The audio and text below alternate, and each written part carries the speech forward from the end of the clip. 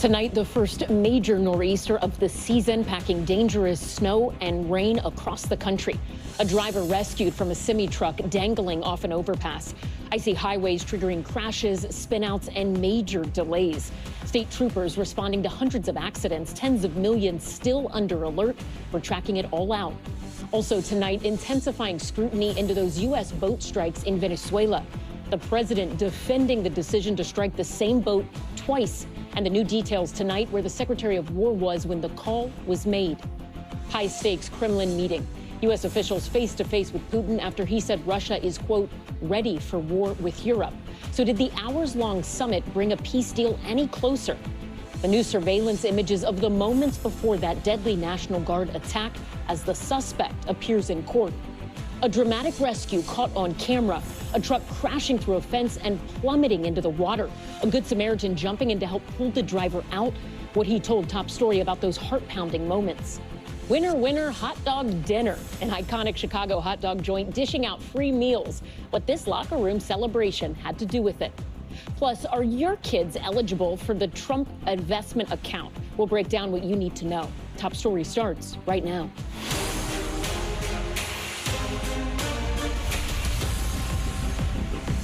And good evening, I'm Ellison Barber in for Tom. We begin tonight with monster snowstorms still pummeling parts of the Northeast. This was the harrowing scene in West Virginia, a semi-truck hanging off of an overpass as rescue teams rappelled down to get that driver to safety.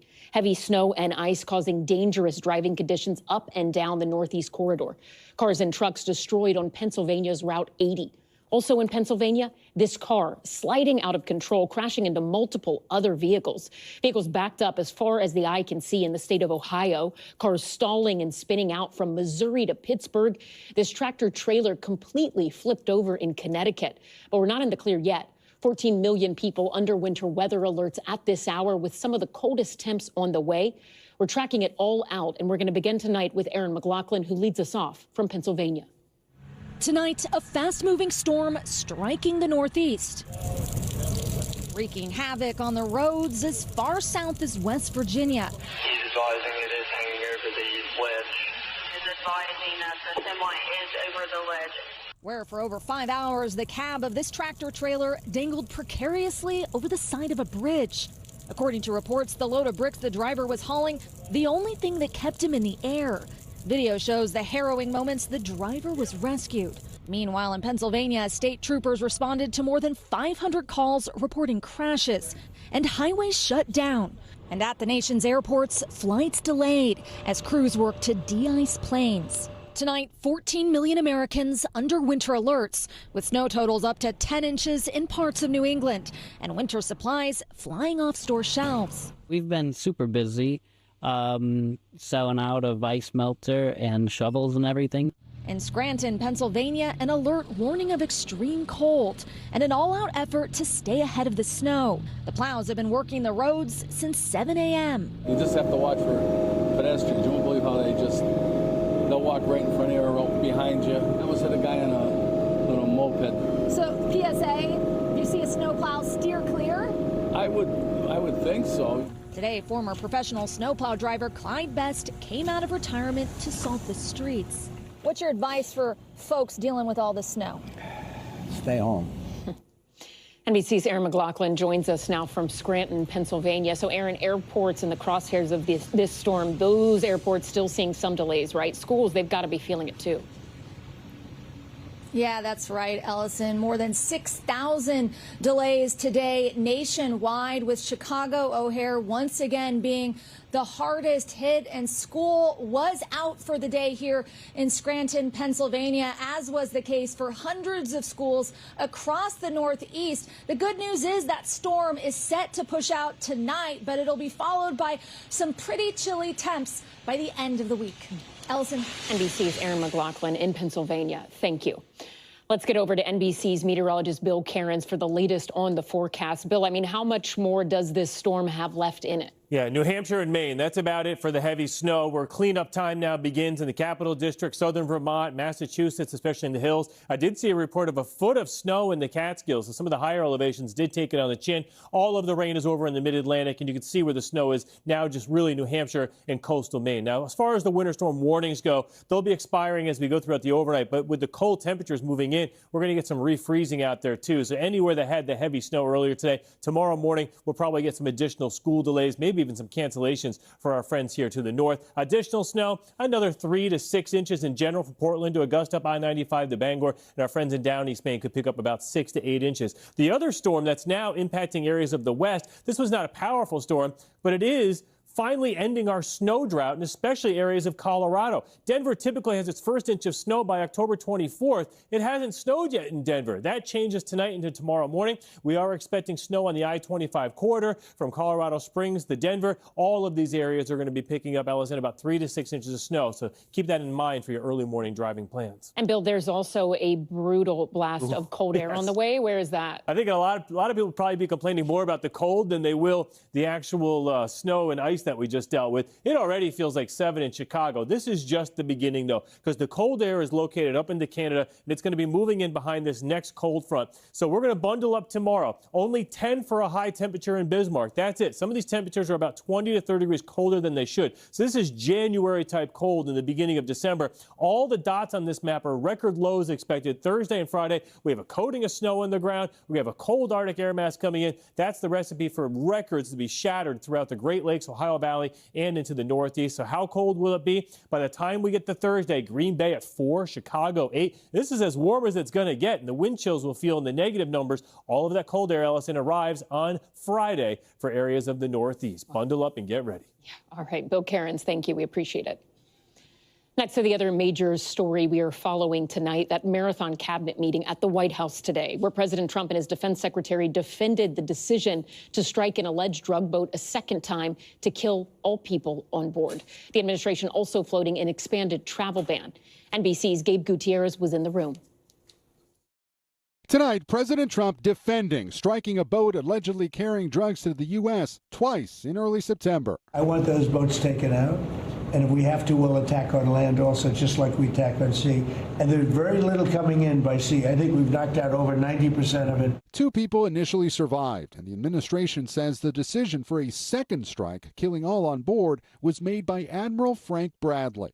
Today, Defense Secretary Pete Hegseth said even though he watched the first part of the attack live, he'd moved on to his next meeting before the second strike. Admiral Bradley made the correct decision to ultimately sink the boat and eliminate the threat. We have his back, and the American people are safer because narco-terrorists know you can't bring drugs through the water. So you didn't see any survivors, to be clear, after that first strike?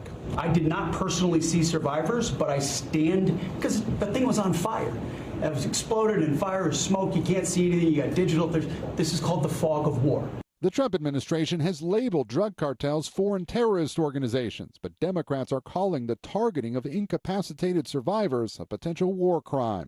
Some Republicans are also skeptical. I think both strikes are actually illegal. I don't think you can just name people and say, well, they've got drugs. Well, where's the proof? It comes as the administration ramps up its crackdown on illegal immigration. A senior law enforcement official tells NBC News ICE is planning an operation this week in the Minneapolis-St. Paul area, where there's a large Somali population. You told me to look into Minnesota and their fraud on visas and their programs. 50% of them are fraudulent. Federal prosecutors have charged dozens of people in Minnesota's Somali community for allegedly stealing hundreds of millions of dollars in taxpayer money meant for social service programs. This beautiful place, and I see these people ripping it off. Their country stinks, and we don't want them in our country. But when they come from hell and they complain and do nothing but bitch, we don't want them in our country. Let them go back to where they came from and fix it. And Gabe joins us now from the White House. Gabe, what more do we know about Navy Admiral Frank Bradley, who by Secretary Hegseth's account had the authority and in his view made the correct decision to sink the boat? Well, Ellison, Admiral Bradley has a long resume, became a U.S. Navy SEAL back in 1992. He was one of the first service members deployed to Afghanistan following the 9/11 attacks, and he has a lot of experience. He was even promoted in October. Now, as you said, Secretary Hegseth and the president say that he had the authority to carry out that second strike. And we're also now learning, according to lawmakers and 3 sources familiar with the planning, that the admiral will now brief leaders of both the House and Senate Armed Services and Intelligence Committees on Thursday. Ellison. Wow. Gabe Gutierrez at the White House with that extraordinary reporting. Thank you. Moving overseas now to Russia and that high-stakes meeting between President Trump's envoy and Russian President Vladimir Putin as the U.S. looks to broker a peace deal with Ukraine. NBC's chief international correspondent Keir Simmons has this report from inside Russia. Tonight, even before his meeting with President Trump's envoys Steve Witkoff and son-in-law Jared Kushner, Russian President Putin in an uncompromising mood, accusing NATO countries of sabotaging President Trump's peace efforts in Ukraine.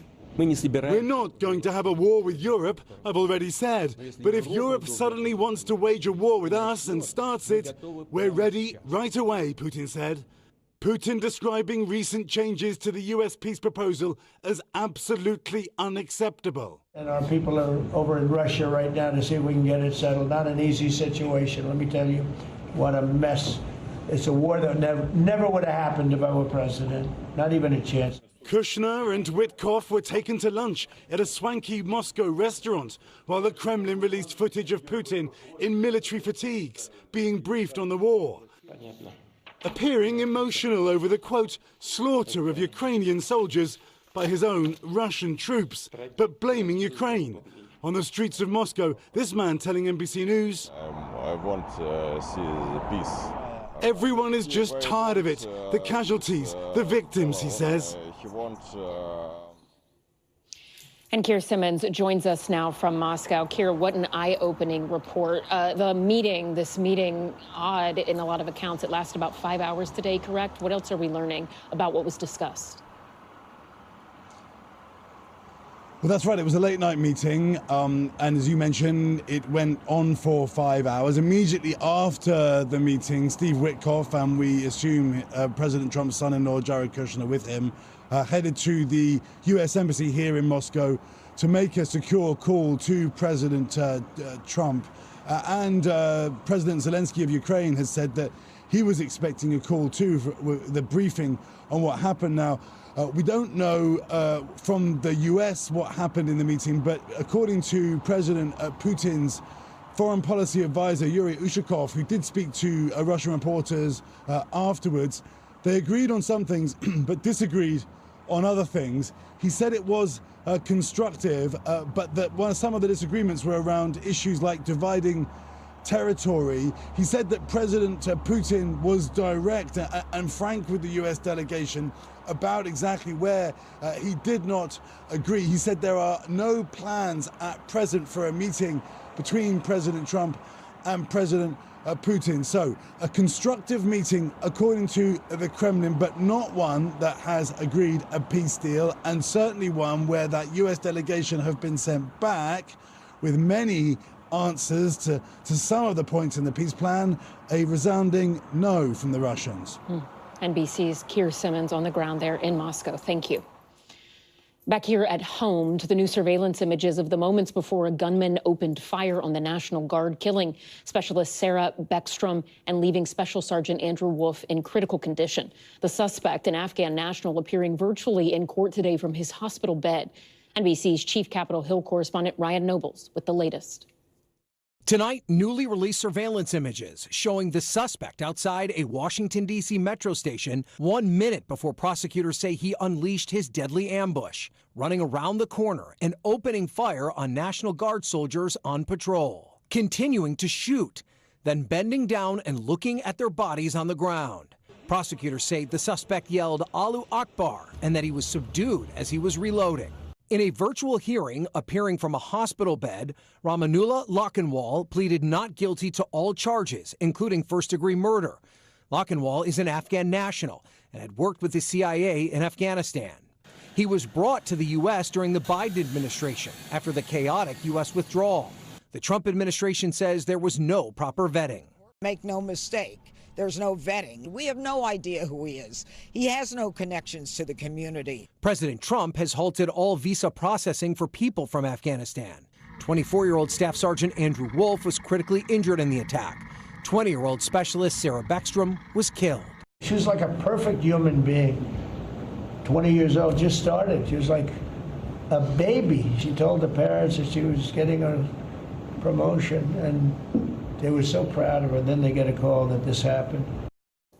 And Ryan Noble joins us now. Ryan, you mentioned Special Sergeant Wolf was critically injured in this attack. What more do we know about his condition? Allison, he is still in serious condition, but there are signs that he is improving. West Virginia's governor said that he actually gave a thumbs up to the nurses in his hospital room, and he has also wiggled his toes. But even though there are those signs of improving, there is no doubt that he has a long and difficult road to recovery, and everyone in his family is still hoping for the best. Allison? Ryan Nobles in D.C., thank you. Staying in Washington, the White House announcing the launch date for what it calls Trump accounts, $1,000 investments for every child born in the U.S. from January 1st of this year through 2028. And the announcement came with a multi-billion-dollar boost from one of the country's wealthiest couples. NBC's senior business correspondent Christine Romans has more. At the White House today, a celebration for new investment accounts for every child born in America, what the administration calls Trump accounts, now set to launch on July 4th next year.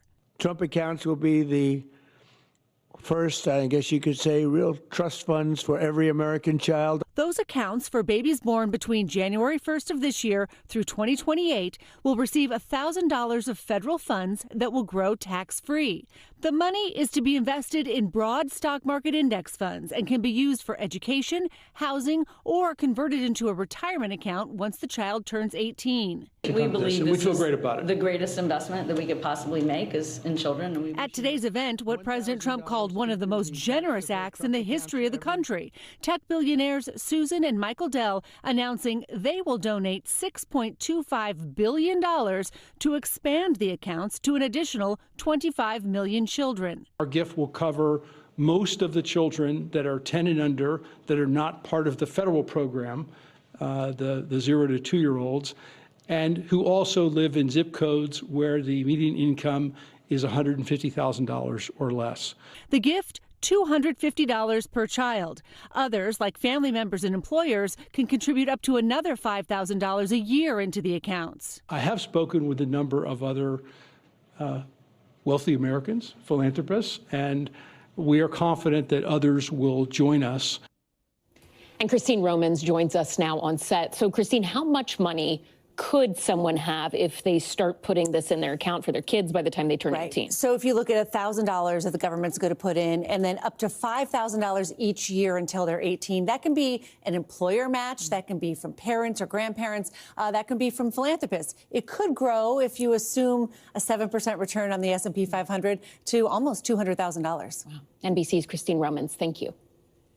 Now to Tennessee, which tonight is holding a critical special congressional election. Heading to the polls, voters in Tennessee's 7th district, with a Republican who held that seat in the House, Mark Green, resigned earlier this year. Historically, this part of Middle Tennessee has been deep red. Trump won it by 22 points back in 2024. But Democrat Afton Bain, a state representative, thinks she could pull off an upset here. She's up against the Trump-backed Republican, combat veteran Matt Van Epps, who says he doesn't think it'll be close. Now it's within single digits. It is, once again, a testament to the fact that this administration hasn't delivered. I'm super excited of the momentum that we have to have the endorsement of the president. And we're going to win decisively tomorrow when everyone gets out to vote.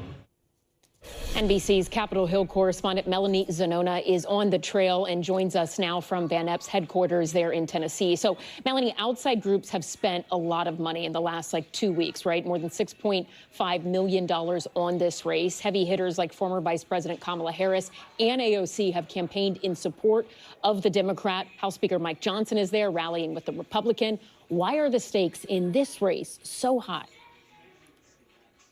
Well, the stakes are incredibly high here, not only because if there is a Democratic upset tonight and the Democratic candidate prevails, that would mean that the Democrats are one step closer to winning the House majority next year. But more immediately, it would have massive implications for the House majority, because when Marjorie Taylor Greene, a Republican, resigns on January 5th, Republicans will have just a one-seat margin. However, if the Democratic candidate wins tonight, that means they would have a 0-seat margin, which would make governing almost impossible in the House. So the stakes are incredibly high tonight. And I talked to the Democratic candidate, Afton Bain, and she says even if she loses but comes up close, that is going to send a message to Republicans in Washington that the political environment is not favorable for them right now and that they need to change their strategy. So that helps explain why there was this last-minute flood of money, millions of dollars from both Democrats and Republicans, and why we also saw some of those heavy hitters turning out to support both candidates, including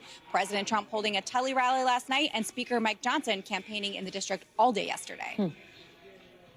And we mentioned earlier the amount of money that has been poured into this. Special elections like this typically have lower turnout polling. It can also be pretty limited, right? But you look at how Democrats have done in special elections this year. They've overperformed their 2024 margins roughly by about an average of 13%. When you're speaking to people on the ground there, we mentioned this is historically a deep red district. What are voters saying about all of this and also all of the attention and the ads that have really funneled in just the last 2 weeks?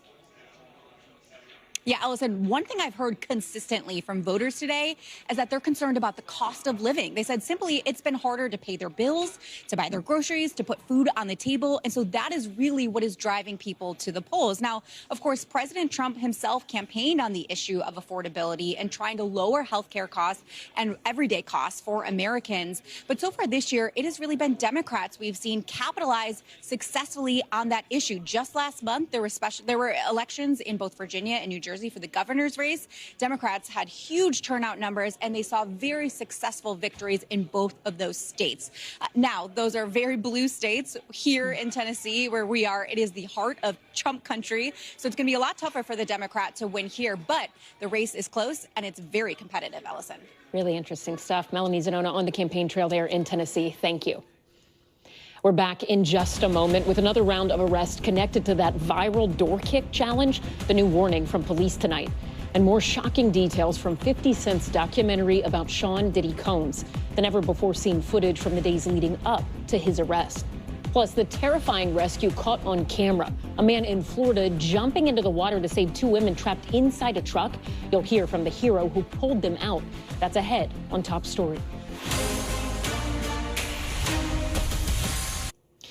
And we're back with a heroic moment in Miami that was caught on camera. A Good Samaritan jumping into the water to rescue 2 women who were trapped inside a sinking truck after it sped off the marina. NBC's George Solis spoke to the man of the hour himself. Tonight, chaos at a Miami marina. Take a look. That's Rafael Valdez, who jumped into the Miami River to rescue 2 women trapped inside a sinking pickup truck. Bystanders watching and throwing life vests towards them. Today, Valdez, who only speaks Spanish at his home, now sitting with 18 stitches in his leg from an injury he got trying to save the women. The city of Miami now says were 2 city employees. Why risk your life? ¿Por qué arriesgarse su vida? Ellos sí no se piensa. You don't think about that when you're going to help, that you're going to risk your life. The people would drown. You don't think about it unless you're asked. This surveillance video obtained by NBC News shows the pickup truck speeding off the dock and straight into the water, hitting a tree and boat on the way down. Valdez not wasting any time. I went like everyone to look. I heard the woman asking for help, and that's when I dove in.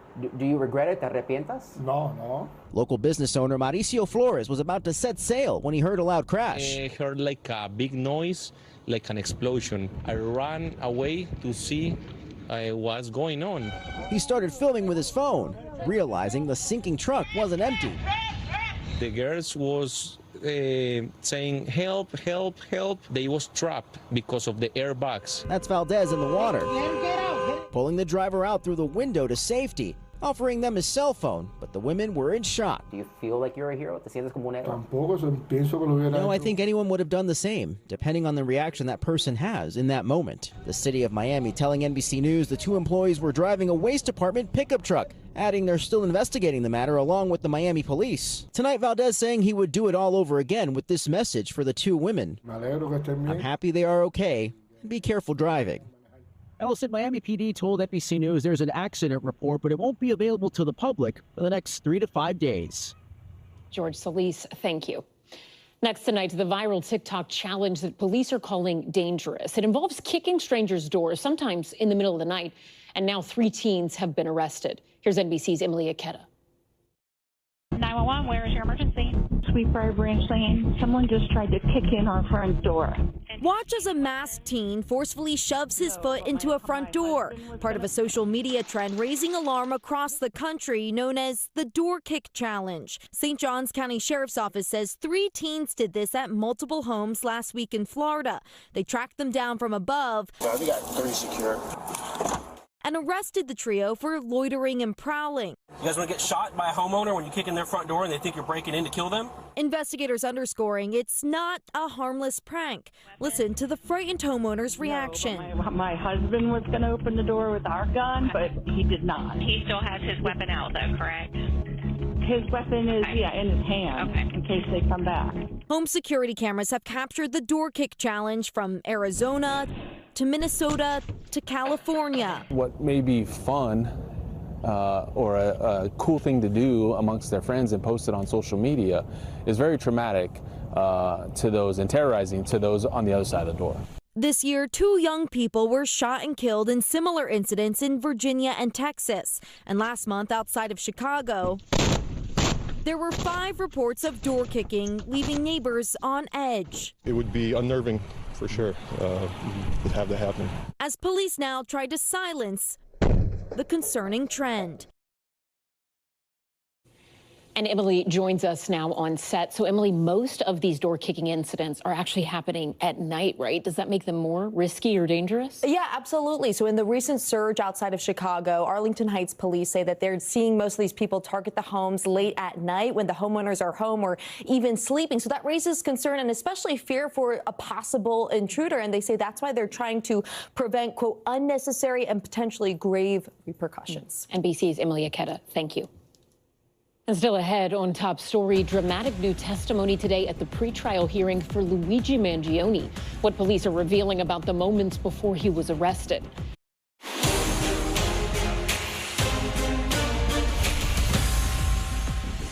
We are back now with Top Story's news feed and Luigi Mangione returning to court for his pretrial hearing.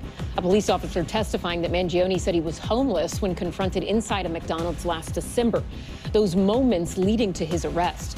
This hearing is centered on Mangione's lawyer's attempt to keep evidence out of his state murder trial, evidence they say was improperly obtained. Mangione pleaded not guilty in the 2024 shooting of United Healthcare CEO Brian Thompson. And an update on the former president of Honduras who received a pardon from President Trump. Juan Orlando Hernandez walking free from a prison in West Virginia. He was serving a 45-year sentence for allegedly taking bribes from drug traffickers so they could move some 400 tons of cocaine into the United States. Hernandez's wife says he was in an undisclosed location for his safety, but ultimately plans to address the Honduran people sometime tomorrow. And Costco is now one of the largest companies to demand a refund from the Trump administration's sweeping tariffs. The retail giant is suing, arguing before the U.S. Court of International Trade that the president does not have the authority to set tariffs. Right now, the Supreme Court is reviewing whether those tariffs are legal. The White House says it looks forward to that upcoming ruling. Next tonight, a new video showing a Waymo robo-taxi appearing to drive right into an active police stop, raising fresh questions about the safety and ability of driverless cars. NBC's Liz Kreutz now with the dramatic images. Oh my God. In this video taken in downtown LA, what the is that Waymo doing? You can see a line of police cars blocking the road and a man lying on the ground. Enter this Waymo driverless taxi, which while servicing riders proceeds to take a left turn, driving right past the active police stop and officers who moments later are seen walking towards the subject with weapons drawn. Waymo telling NBC News that when its robo-taxi came across the scene, it turned into an unblocked area where other cars were also driving, and that it quickly left. In a statement, the company saying safety is our highest priority, and that when we encounter unusual events like this one, we learn from them. Will it ever be possible to train a driverless car on every single potential traffic scenario? No, and that's the catch with this technology. The question is, can you train it on enough that it makes few enough mistakes that you're willing to tolerate the mistakes? According to Waymo's data, their self-driving cars have 90% fewer serious crashes compared to a human driver. But their vehicles are still facing challenges. Last year, a passenger got stuck in a Waymo after the car repeatedly circled around a parking lot at the Phoenix airport. This car is just going in circles.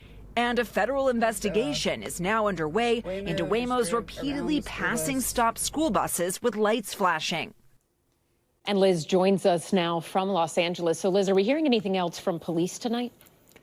Yeah, LAPD tells NBC News this happened on Black Friday. It happened around 3:40 in the morning. They had pulled someone over, that man there on the ground, for a suspected felon stop.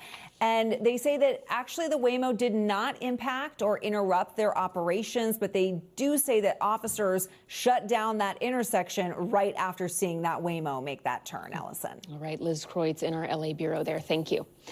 The new docuseries about Sean Diddy Combs we told you about last night is now out, featuring never-before-seen footage of the music mogul in the days before his 2024 arrest.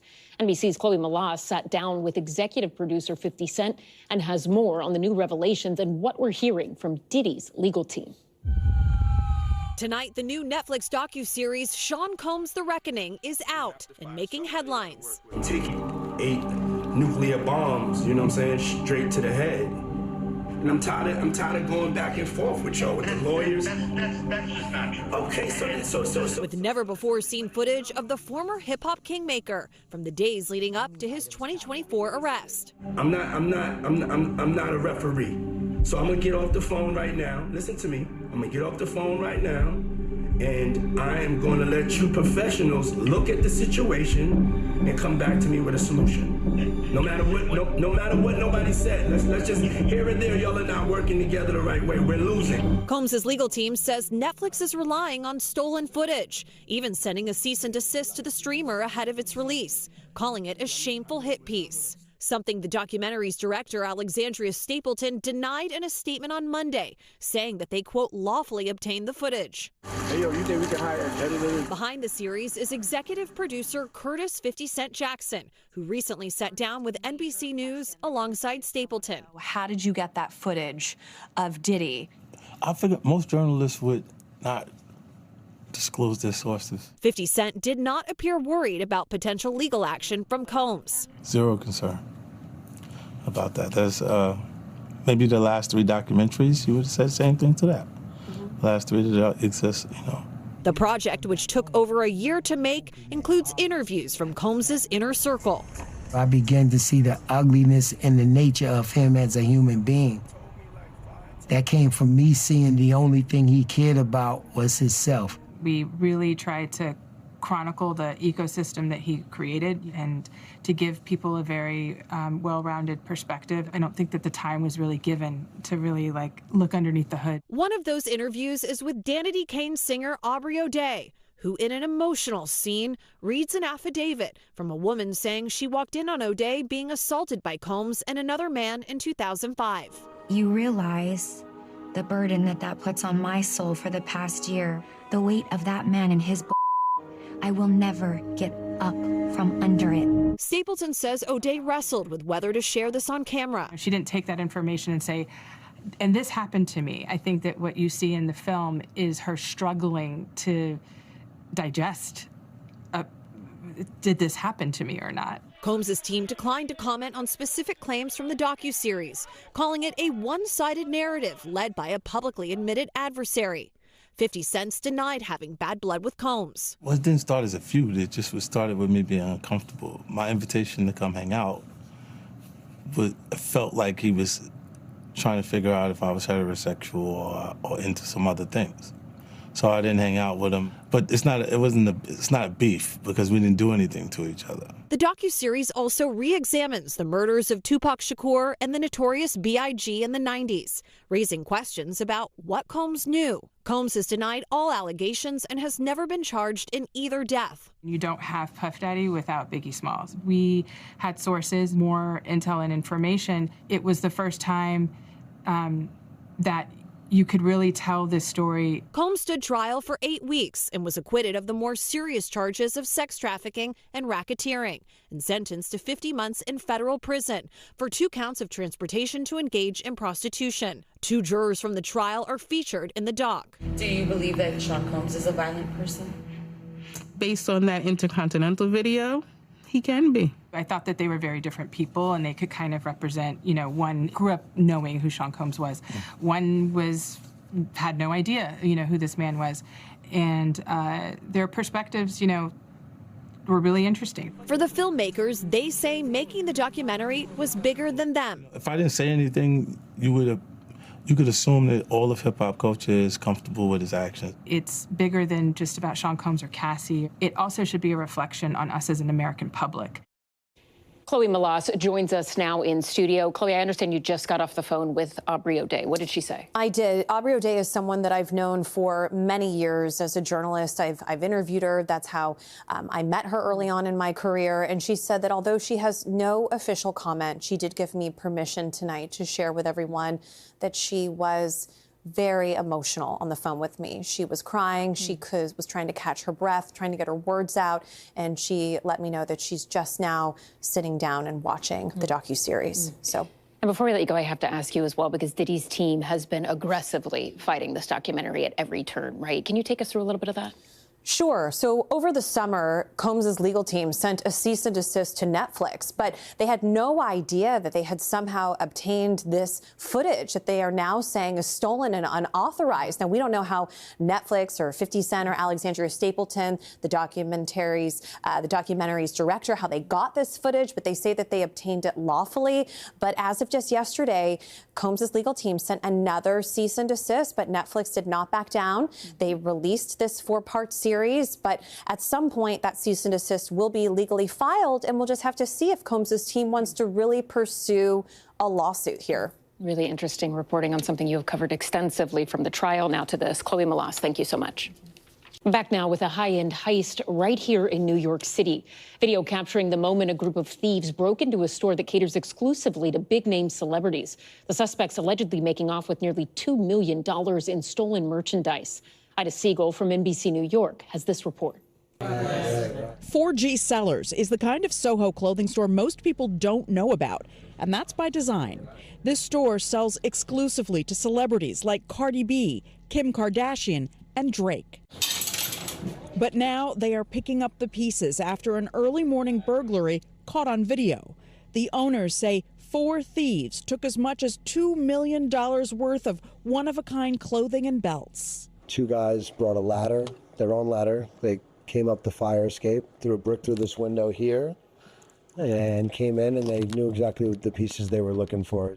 Police say it was a team of 4 that broke in around 4 Monday morning. Video shows them smashing through the 2nd-story window of the Spring Street store, and then they just start throwing things in black garbage bags and chucking them out the window to a man waiting on the sidewalk below.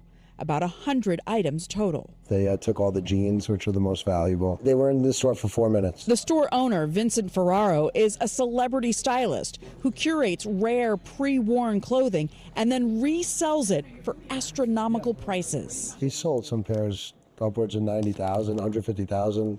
For one pair of jeans? Pair of jeans. This pair of jeans once belonged to Lenny Kravitz.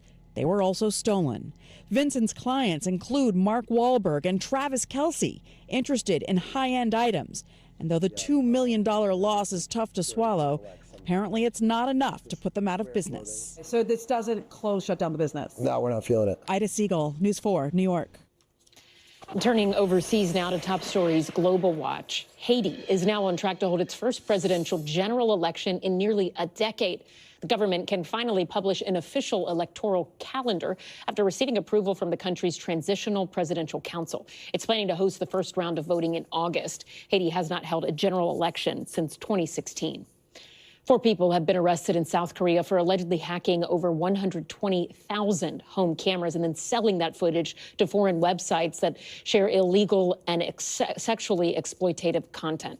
South Korean police say 2 of the suspects in this case made tens of thousands of dollars from this. We're told all of the cameras used had simple IDs as well as simple passwords. Police say they're now taking additional measures to try and protect the victims. And Italian luxury fashion houses Prada and Versace are now joining forces. The Prada Group completing the purchase of its rival for nearly $1.4 billion. Versace's current owner says the money will be used to pay down debt. The deal is expected to relaunch Versace's fortunes after years of underperforming. Pope Leo is back at the Vatican tonight after wrapping up his first international trip in the Middle East. The American-born Pope, who served as a missionary in South America, weighing in on rising tensions between the United States and Venezuela, warning the U.S. not to move forward with a military invasion. NBC's Molly Hunter has been traveling with the Pope and filed this report from Lebanon.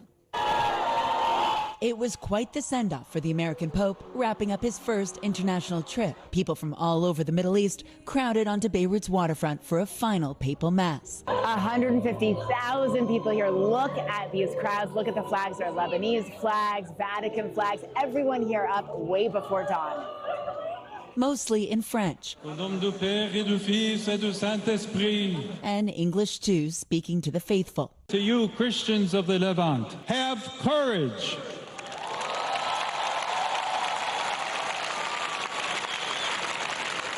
The whole church looks to you with affection and admiration. 23-year-old Rhea Malouf said today was unforgettable. This is the real definition of Lebanon. You're smiling so widely. This is the real definition of Lebanon. Maria Daher, in her scout uniform, also 23, was volunteering. It just gives a sign of hope to everyone here. 5 years ago, this port was the site of a massive chemical explosion, killing more than 200 people. Before the Mass, the pontiff met with victims and families for a silent prayer, including Najwa Hayek. Her then 42-year-old daughter Lara was injured in the blast. She's been in a coma for the last 5 years. Imagine 42, she's been in the hospital. Now she's going to be 48. It's so hard.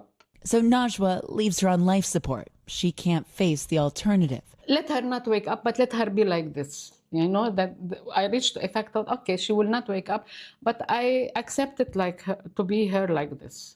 I accept. Najwa was under no illusions the Pope's visit would miraculously bring justice, but his prayers were welcome. On the flight back home to Rome, Leo gave a short in-flight press conference. Buongiorno a tutti. Asked about a hot-button political issue back in the U.S., the American Pope urged against a military incursion into Venezuela. Sobre Venezuela. It's better to look for ways of dialogue, he answered in Spanish, perhaps economic pressure if that's what the United States decides to do. Leo also called on Europe and North America to be a little less fearful of immigrants of different faiths, instead looking to Lebanon as an example of coexistence. I think one of the great lessons that Lebanon can teach to the world is precisely showing a land where Islam, Christianity are both present and are respected, and that there is a possibility to live together, to be friends. Molly Hunter, NBC News, Beirut.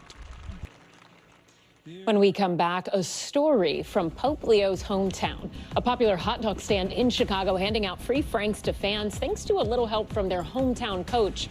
We'll hear from 2 of the store's employees next. We're back tonight in Chicago, where not even freezing temperatures could keep locals away.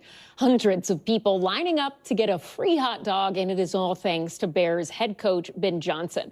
The iconic Wiener Circle restaurant promised that if he ripped off his shirt in a post-game celebration, there would be free dogs for all. And here is what he did after an upset win against the Philadelphia Eagles. I know you guys are hungry for more, right? It's Let me tell you something. The city of Chicago's hungry too.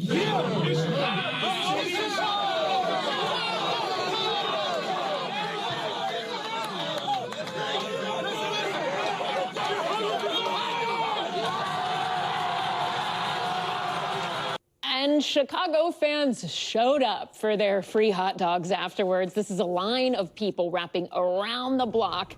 So joining us now is the operation manager at Wiener Circle, and Emma Kreese and Reagan Eggert, who is one of the roast comics, grillers, and cashiers.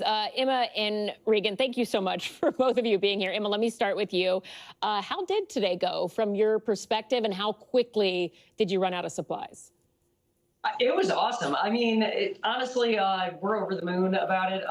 We had our first guest lined up at 5 a.m., a little earlier than he needed to, but we started prepping around 7 a.m.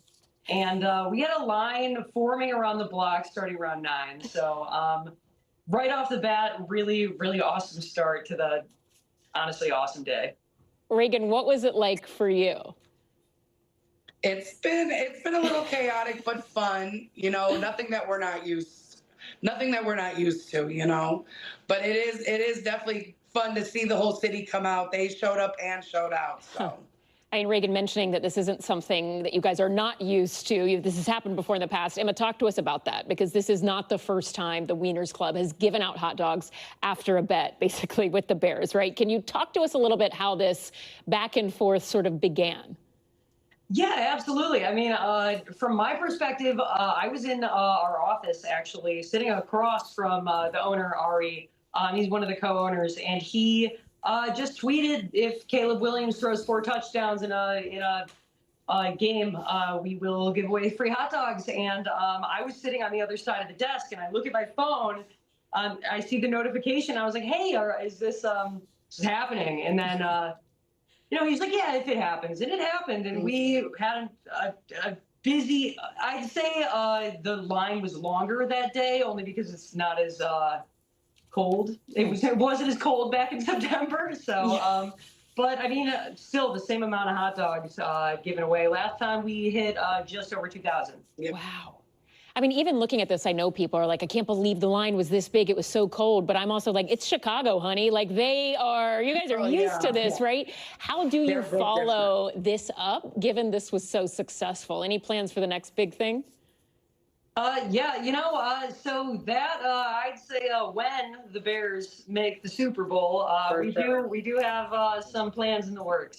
So definitely going to lean into that, and yeah, bear down is what we have to say. Yep, bear down. Reagan, let me ask you, what does this mean to just see the community come together like this? I mean, how does it feel as a Chicagoan for both of you to see this happen? Well, for Wiener Circle, we're all about community. We love our customers, whether they're tourists, whether they're, you know, down the street. We love all of them, and we love to be able to feed Chicago. We love to bring out the city. You know, no one can do it better than the Wiener Circle. Emma Kreese, Reagan Eggert, thank you both so much for joining us. We appreciate it, and we hope to have a hot dog with you guys soon. Yes. Thank you. Cheers. And thank you so much for watching Top Story. For Tom Llamas, I'm Ellison Barber in New York. Stay right there. More news is on the way.